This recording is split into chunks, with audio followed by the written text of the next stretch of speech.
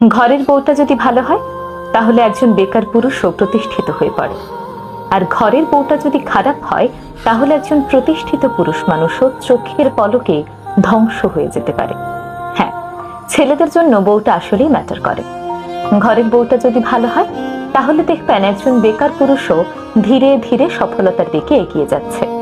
কারণ একজন জীবন সঙ্গিনী শুধুমাত্র পাশেই থাকে না, বরং তার অদৃশ্য শক্তি দিয়ে স্বামীর সকল হতাশাগুলো দূর করে তাকে সফলতার দিকে নিয়ে যায়।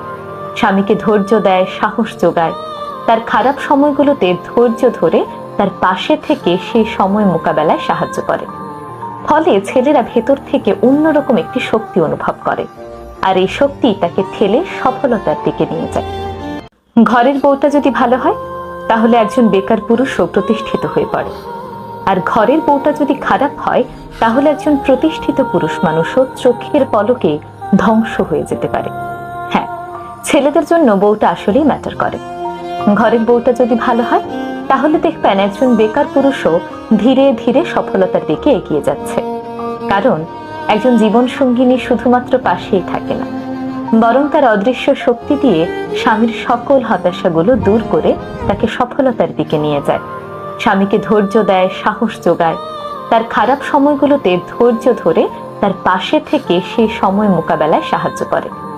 ফলে ছেলেরা ভেতর থেকে অন্যরকম একটি শক্তি অনুভব করে, আর এই শক্তি তাকে ঠেলে সফলতার দিকে নিয়ে যায়।